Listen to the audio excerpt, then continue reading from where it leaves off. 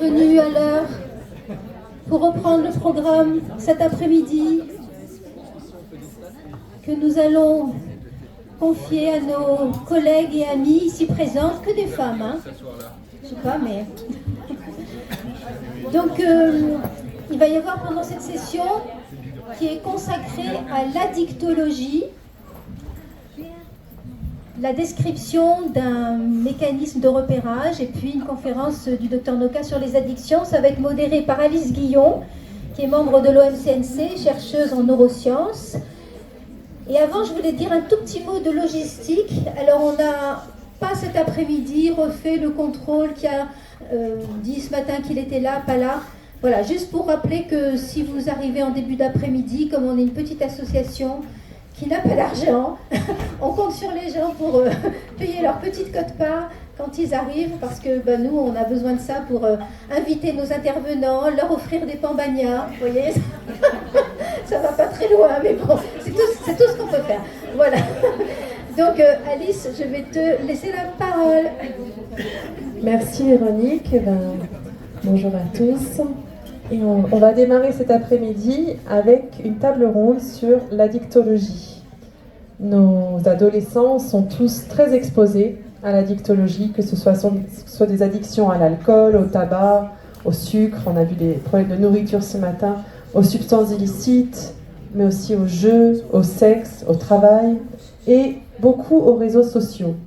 Pour aborder ces problèmes d'addictologie, d'addiction, on a des grands spécialistes qui nous ont rejoints aujourd'hui, donc on va avoir une intervention de 3 femmes extraordinaires. Et pour commencer, la première s'appelle Nadine Rubagotti et elle est coordinatrice générale des Alpes-Maritimes pour le réseau Arca Sud, une association qui s'occupe de repérage précoce et aussi d'intervention brève pour aider les adolescents victimes d'addiction. En deuxième personne qui se prendra la parole, on a Carole Cantaire, qui est derrière moi, et qui va nous parler de... Donc Carole, elle est membre de l'OMCNC.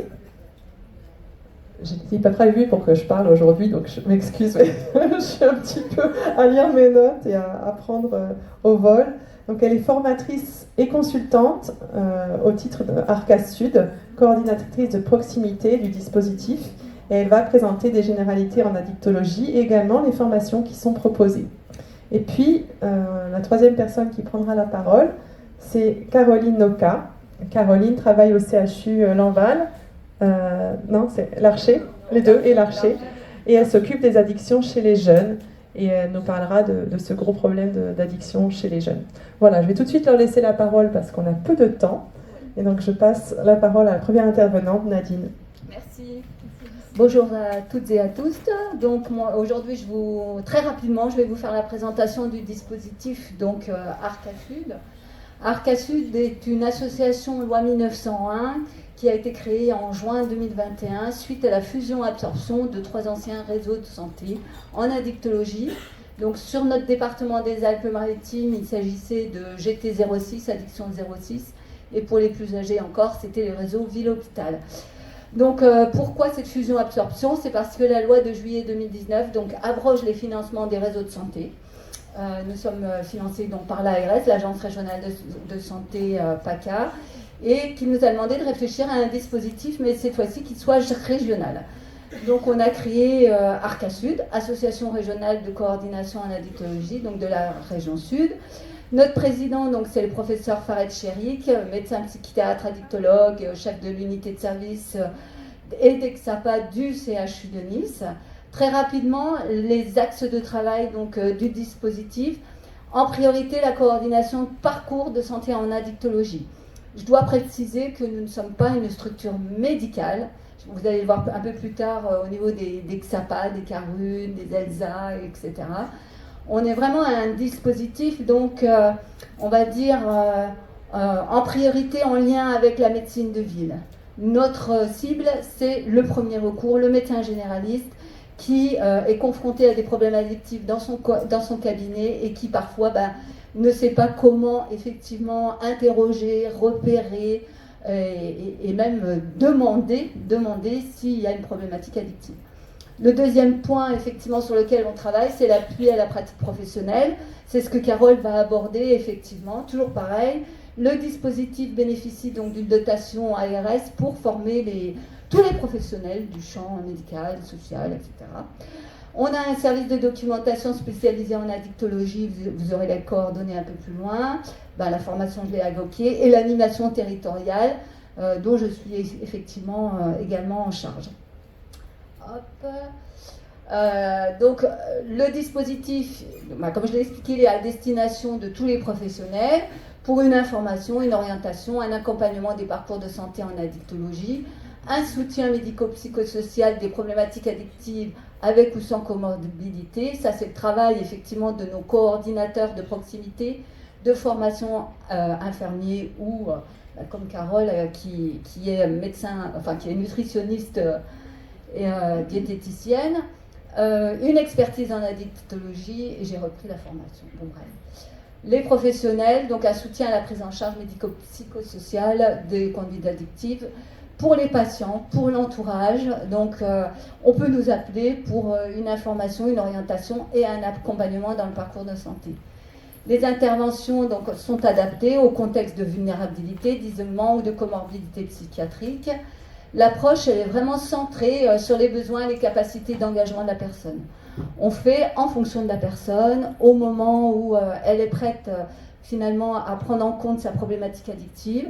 Alors parfois le parcours peut se dérouler sans anicroche et puis parfois on perd les patients, etc.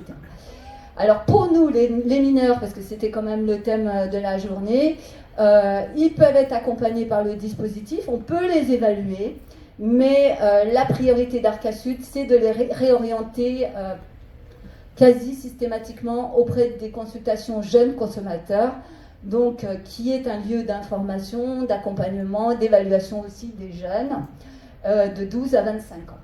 Mis en place par les XAPA. Alors je ne sais pas, est-ce que vous connaissez les XAPA? Voilà, les XAPA, donc ce sont des centres de soins d'accompagnement et de prévention en addictologie. Vous avez donc dit, là je parle du parcours du patient dans notre dispositif, comment effectivement on intervient. On a une demande d'intervention d'un patient, d'un professionnel ou de l'entourage.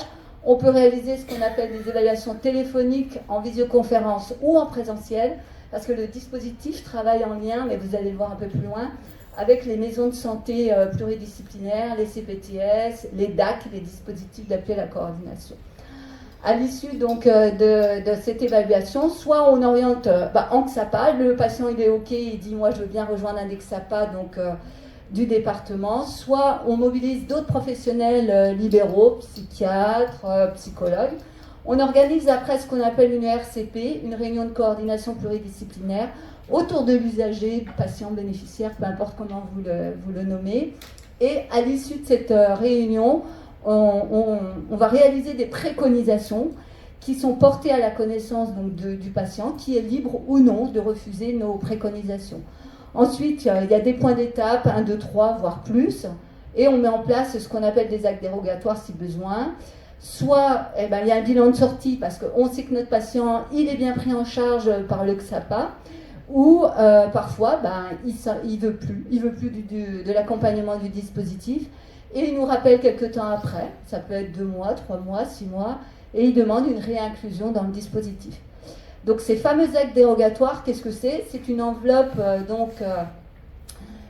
dédiée par l'ARS, sur laquelle effectivement c'est une petite boîte à outils. On peut indemniser les libéraux sur des réunions donc, de coordination pluridisciplinaire. On peut mettre en place des séances de psychologie, donc de 3 à 6 séances pour le patient. C'est entièrement gratuit pour l'usager, hein. Il ne paye absolument rien. On est en lien avec les pharmacies, effectivement, pour la délivrance de la vitaminothérapie B1, B6, B12, dans le cadre notamment des sevrages à alcool. On a mis en place un forfait sevrage ambulatoire alcool, donc là c'est l'infirmière libérale qui se déplace au domicile du patient avec la supervision toujours du médecin généraliste puisqu'il reste pivot et acteur de la prise en charge. Des séances de diététique, donc voilà, Carole, on peut lui envoyer effectivement, alors c'est pas 2 séances maximum par an, maintenant c'est monté à 4 séances. On peut effectivement indemniser le médecin de ville si effectivement le patient n'a pas de carte vitale. Voilà, donc le médecin peut être indemnisé pour le coût de la visite.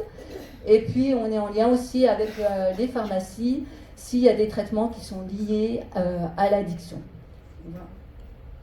L'équipe de coordination sur laquelle effectivement on travaille tous ensemble, nous avons le docteur Sandra Ansindi qui est médecin psychiatre addictologue, Carole Cantaré, Jérémy Uriot donc, qui est infirmier, Angélique Dugemin et moi-même donc, qui supervise à la fois les ressources humaines, l'animation territoriale et le dispositif sur les Alpes-Maritimes. Donc autant vous dire qu'on est très peu de personnes pour toutes les Alpes-Maritimes, d'est en ouest, et on monte effectivement aussi sur le moyen et le haut pays. Hop. Alors, la coopération avec les fameux XAPA, donc vous voyez, il y a 8 XAPA sur notre département.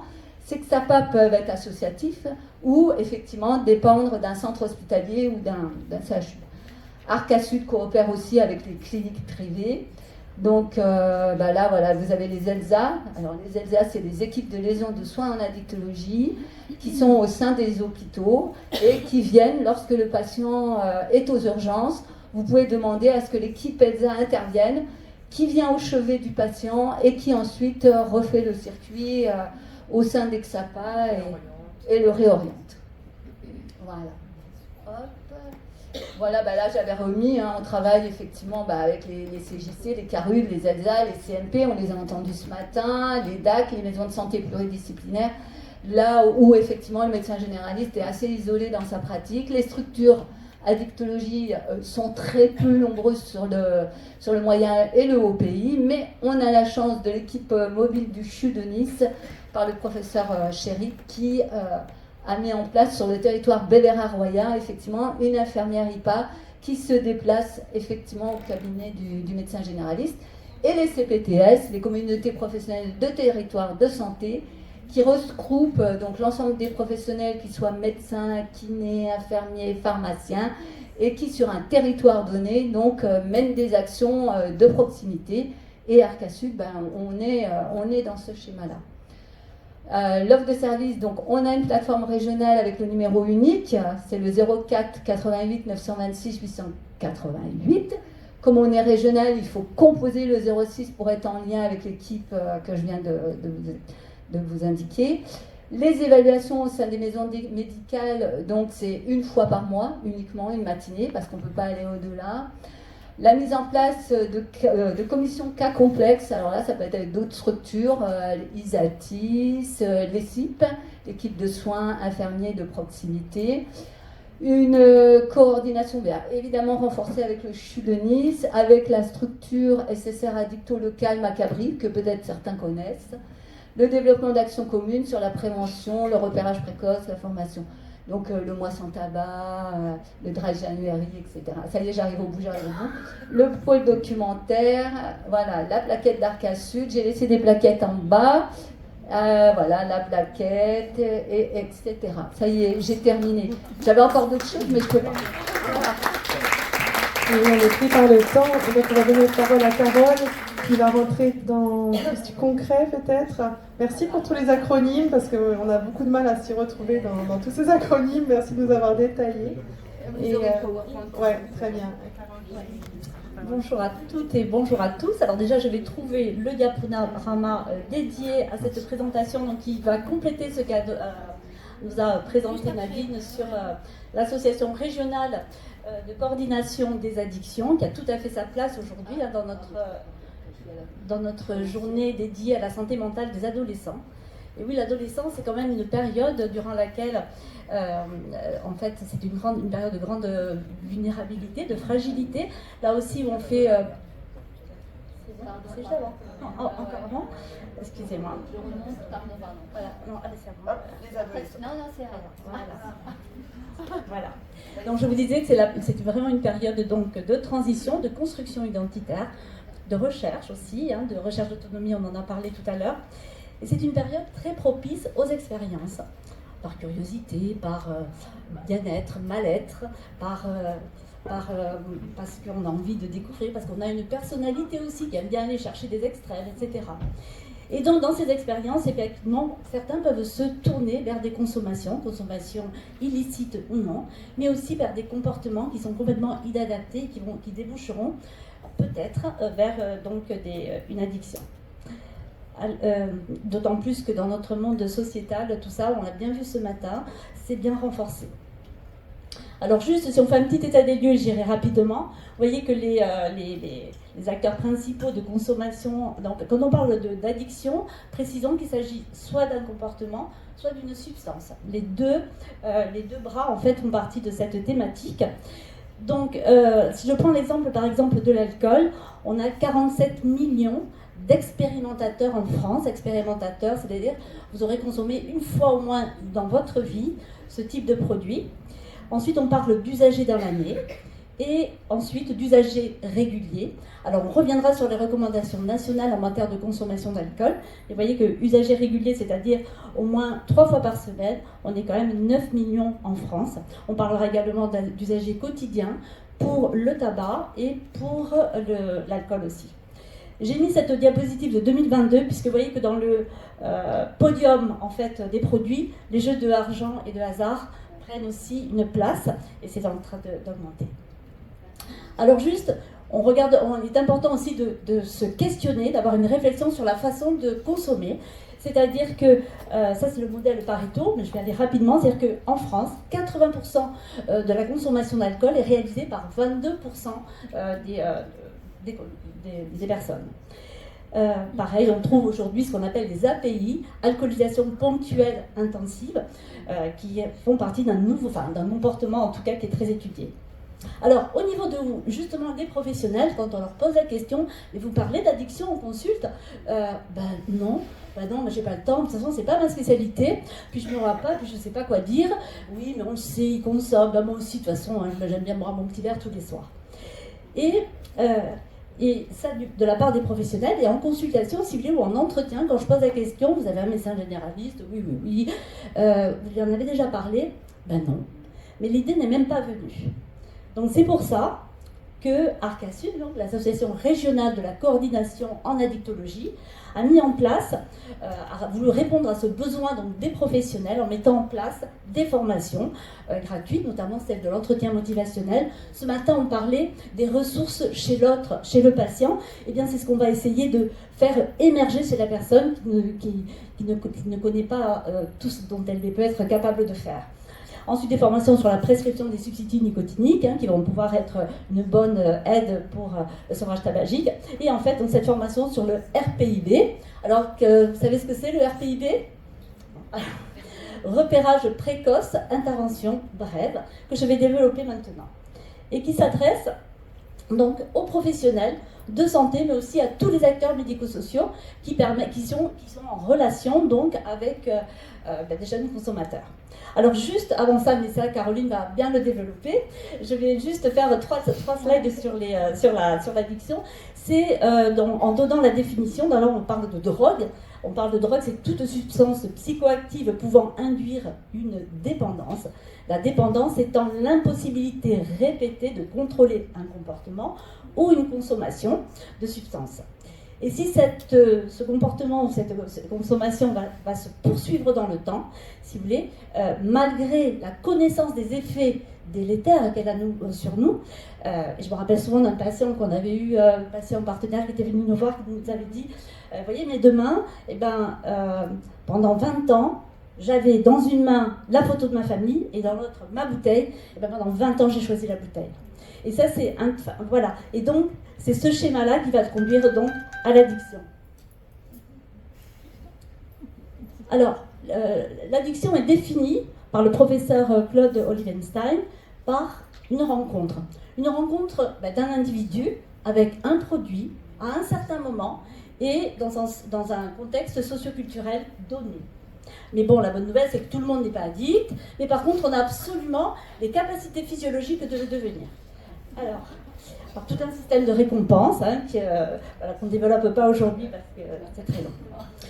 Alors, Claude Olivenstein a bien mis en relation, si vous voulez, un trépied entre déjà le produit utilisé, son pouvoir addictogène, mais aussi, si vous voulez, son impact, enfin, ses conditions de consommation et sanitaires aussi, voilà, qui va tenir compte justement après de l'accompagnement qu'on peut faire. Qui a mis et ce produit en relation, bien sûr, on a beaucoup parlé ce matin de l'environnement, le contexte social, familial, éducatif dans lequel on arrive sur la Terre. Voilà. Et donc, très important de considérer aussi, en tant que parent accompagnant, dans les cercles sociaux, les loisirs que pratiquent ou pas les personnes. Et donc, pour le produit, l'environnement, et bien sûr, mettre en relation, bien sûr, par rapport à notre individualité, puisqu'on est tous très différents, et il y a autant d'addictions, bien sûr, que d'individus. Donc, on a tous des différences au niveau de la vulnérabilité, avec nos casseroles génétiques ou pas, biologiques, psychologiques, voilà, psychiatriques qu'on développera ensuite. Et juste rapidement, puisque ça va faire le lien aussi avec ce que dit Caroline, c'est-à-dire qu'on peut aussi schématiser l'addiction par une trajectoire, ça ne se fait pas du jour au lendemain. Et donc c'est pour ça qu'il va être important d'agir, de sensibiliser ou de faire penser aux autres, juste avant que cette consommation devienne que la solution unique d'un État et qu'elle se transforme alors en problème. Alors juste, j'en ai 5. Donc voilà où arrive justement notre RPIB. L'hashtag, c'est 5 minutes pour sensibiliser les patients à l'intérêt de réduire leur consommation à risque. C'est une action de santé publique qui a une intervention de prévention secondaire en soins primaires, qui a été développée par l'OMC, mais bien reprise par l'HAS en 2021, et qui est vraiment fondée sur des critères épidémiologiques. Ça permet vraiment d'identifier, vous l'avez compris, précocement la consommation ou un comportement à risque avant que celui-ci devienne une véritable addiction, parce que l'addiction, ça change complètement une vie. Voilà. Donc, voilà, et surtout, parce qu'on est dans la prévention des risques et des dommages, on vise aussi la réduction des risques liés à la consommation. Hop. Ouais, j'accélère vite. Et juste ce que je voulais faire passer, c'est qu'on a besoin de repères pour dire qu'on a une consommation excessive. Et par rapport à l'alcool, bien connaître la notion de nos verres standards. Un verre standard, chez nous, c'est un apport de 10 grammes d'alcool et c'est servi dans les lieux où on vend donc de l'alcool, 10 centilitres de vin rouge, de vin blanc, de champagne ou de bière. Et nos recommandations, c'est pas plus de 10 verres par semaine avec 2 jours sans consommation. Et en cas de consommation intensive au cours d'une occasion, pas plus de 4 verres.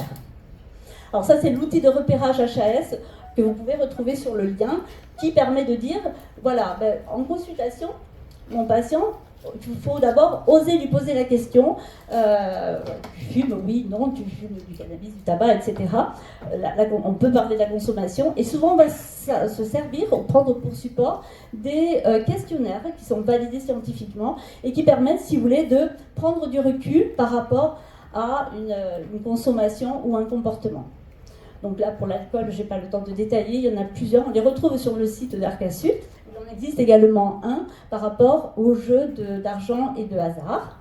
Alors, voilà. Et juste en conclusion, pour vous dire que l'addiction s'intègre pleinement à notre santé intégrative, donc, qui est la thématique de l'OMCNC, attention, les adolescents sont très propices aux expériences parce qu'ils ont d'une grande vulnérabilité psychique.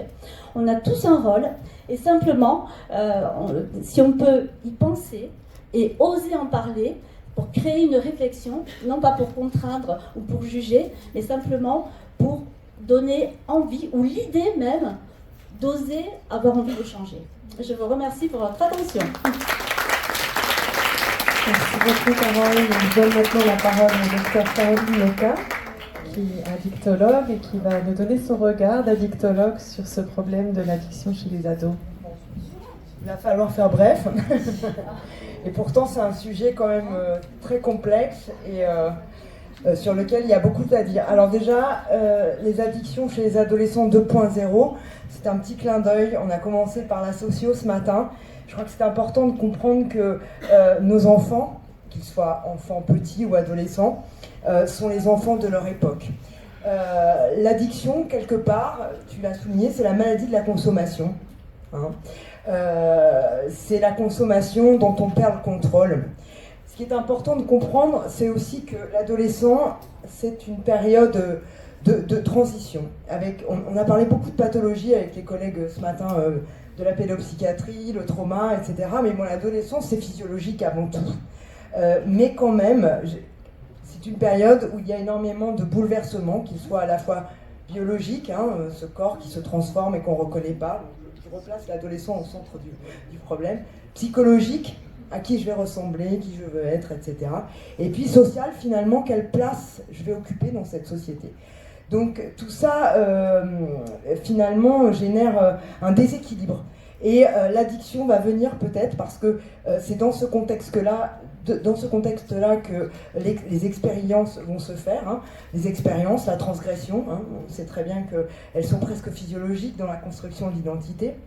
Et j'aurais peut-être pas le temps d'aborder toutes les questions, les signes d'alerte, etc. Je suis très frustrée. Mais c'était important de le comprendre. Donc ce que je voulais vous dire, c'est que c'est dans ce contexte-là que les adolescents expérimentent un certain nombre de choses. Je voudrais revenir sur ce que tu disais, Carole. L'addiction, c'est une maladie chronique, au même titre qu'un diabète. Donc il faut vraiment faire la part des choses entre les consommations et l'addiction. D'accord ? Quand effectivement ces consommations sont répétées et que le patient finit par perdre le contrôle. On a parlé de trajectoire, on a parlé de psychotrauma. C'est effectivement la rencontre d'un individu, d'une substance. L'individu avec sa génétique. Alors je ne dis pas qu'il y a des gènes du fumeur, le gène de celui qui a un trouble d'usage de l'alcool ou du consommateur de kétamine, mais néanmoins on sait aujourd'hui qu'il y a un polymorphisme génétique qui permet d'imaginer qu'on a des différences de sensibilité individuelles face à telle ou telle substance. Donc génétique, épigénétique, j'ai pas le temps d'en parler.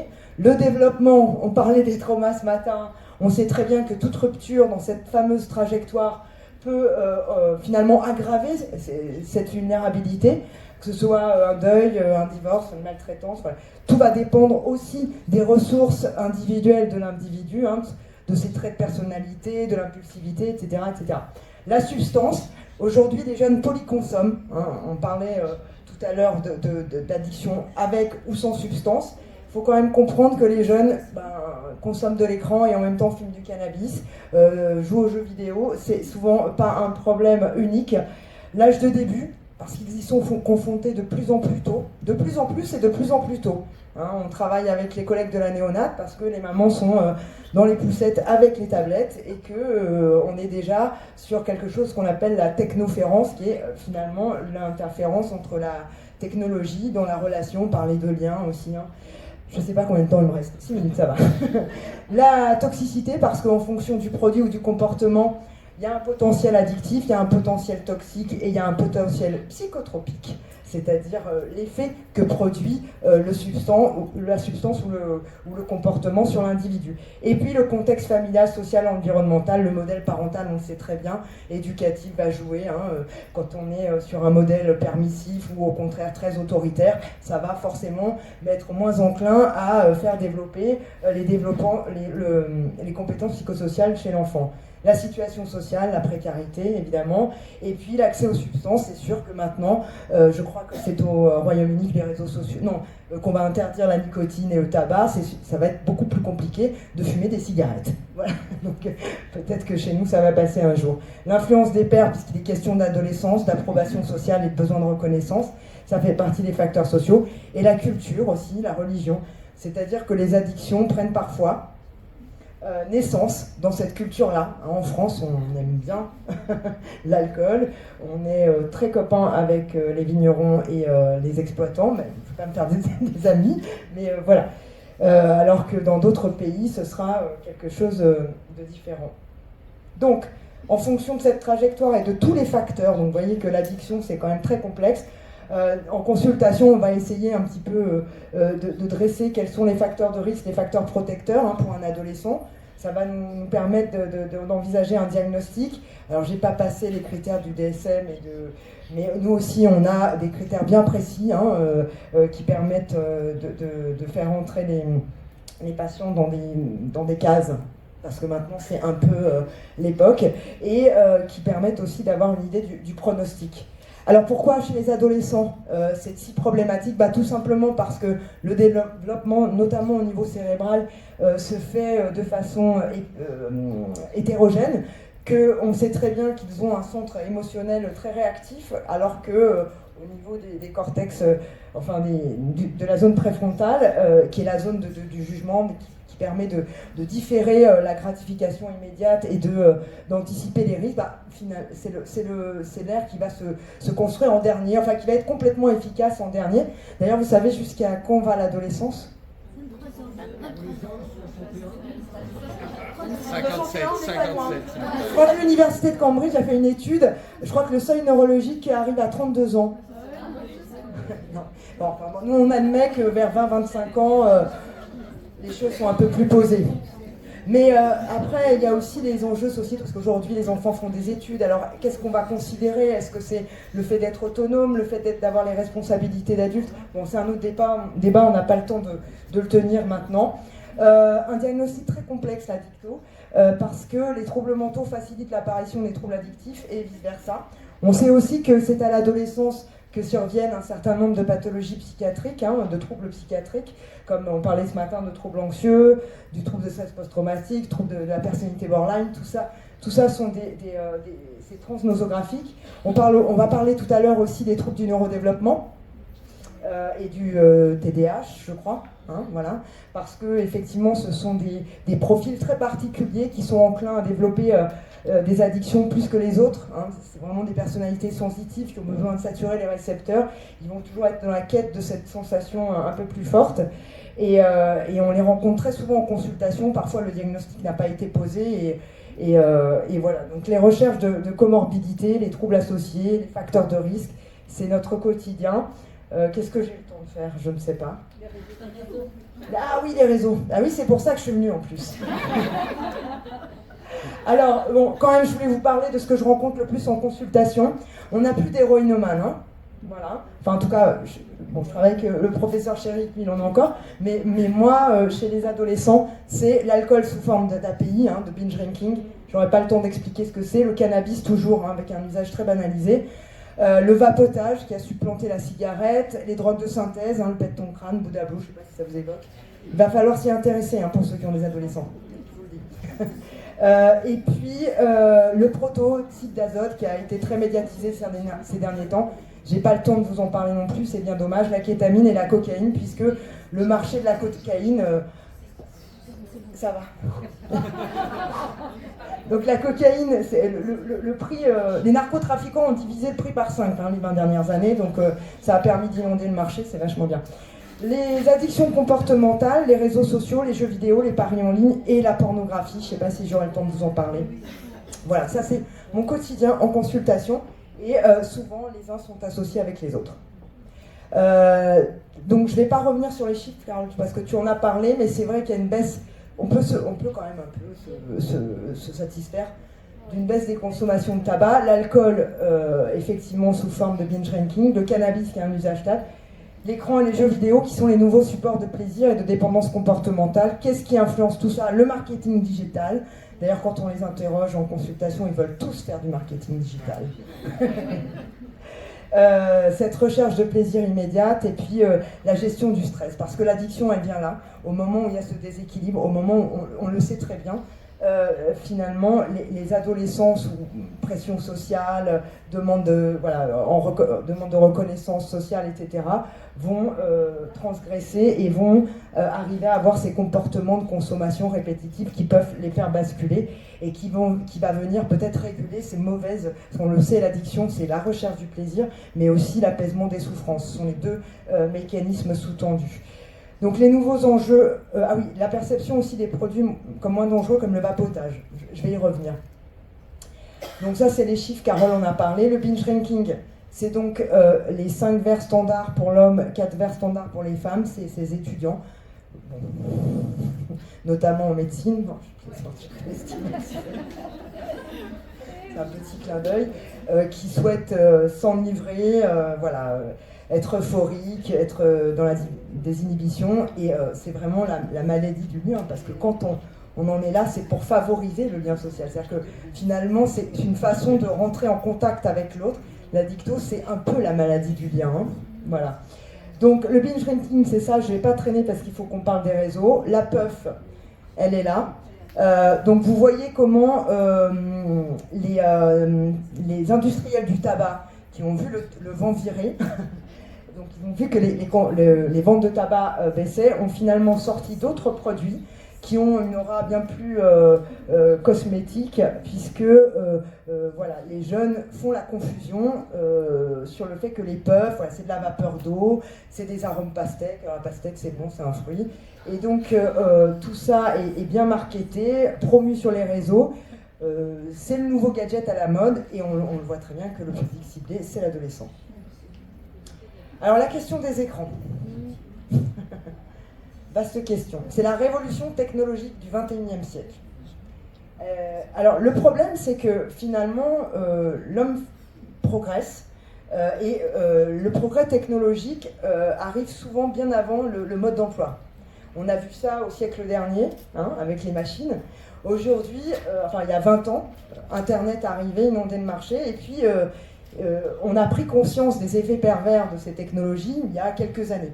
Donc il aurait fallu faire des études longitudinales à partir des années 2000, ce qu'on n'a pas. Donc moi je vais parler que de ce que je sais. Donc ce sont des clés USB cérébrales, c'est une ouverture infinie sur le monde, y compris pour les adolescents, c'est plus de 30% de notre temps de veille quand même. C'est beaucoup. Travail plus divertissement, des bénéfices certains, on en parlait ce matin, puisqu'on sait que les jeux vidéo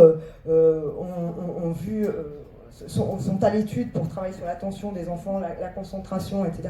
Alors tout ça, quand c'est dosé, encadré par des équipes médicales et protocolisé, mais on sait qu'il y a des bénéfices certains, des recherches scientifiques encore foisonnantes, des enjeux de santé publique, surtout pour nous les soignants, les médecins, éthiques, écologiques, économiques et politiques. On a vu qu'en mars, enfin, le directeur Mark Zuckerberg, hein, le groupe Meta, avait été condamné à 375 millions de dollars pour une jeune fille qui avait attenté à ses jours. Donc, vous voyez, petit à petit, les choses progressent.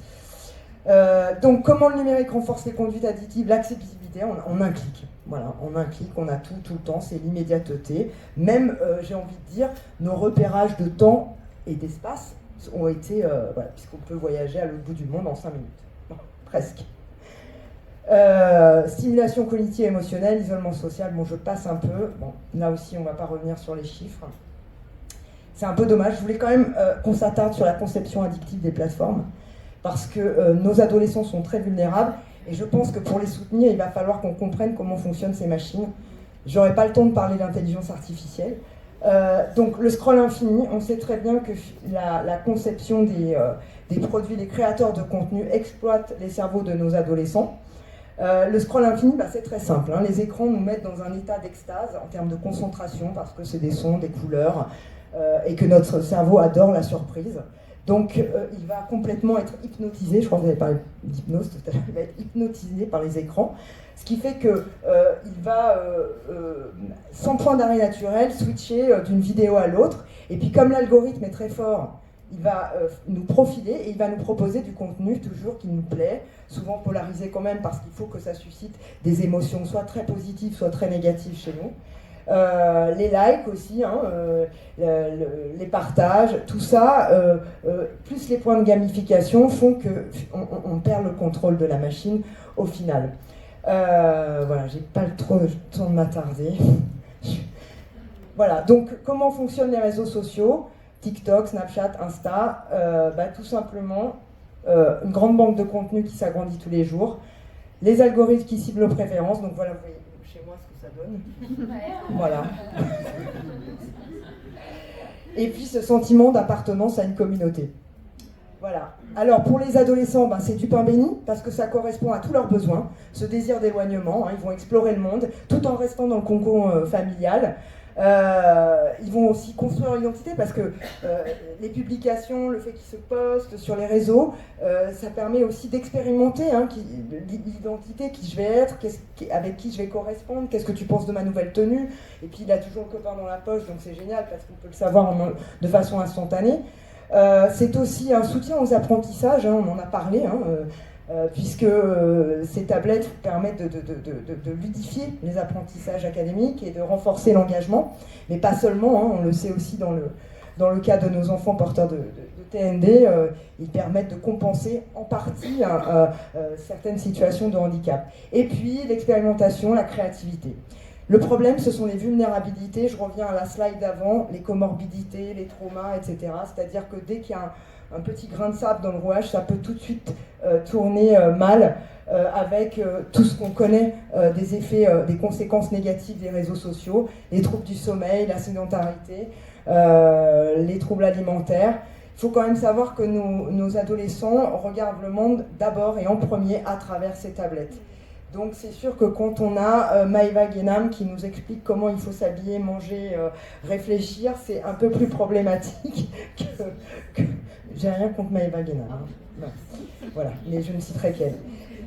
Avec aussi les risques spécifiques que sont le cyberharcèlement, hein, avec le trauma relationnel que ça peut représenter. Je crois que vous en avez parlé ce matin, vaguement, mais bon, j'ai pas le temps de m'étendre.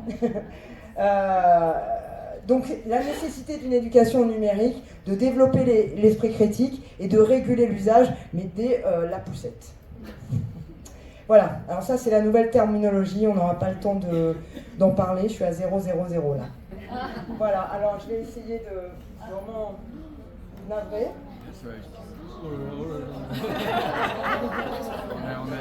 Bon, bah, si vous voulez en savoir plus, parce que nous on combat le mal par le mal, donc moi je travaille... On a développé avec le professeur Chéric la CJC de Malo-Sénat qui se retrouve au centre-ville. On accueille les jeunes le mercredi sans rendez-vous, enfin on essaye, hein, parce que des fois c'est pas toujours facile.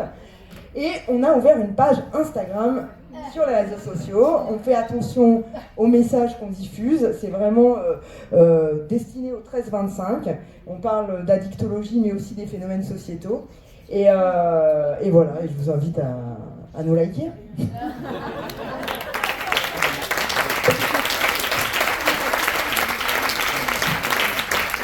Merci beaucoup, merci c'est vraiment passionnant, on aurait envie de vous entendre plus sur ces sujets qui sont vraiment très importants et qui concernent tous nos jeunes.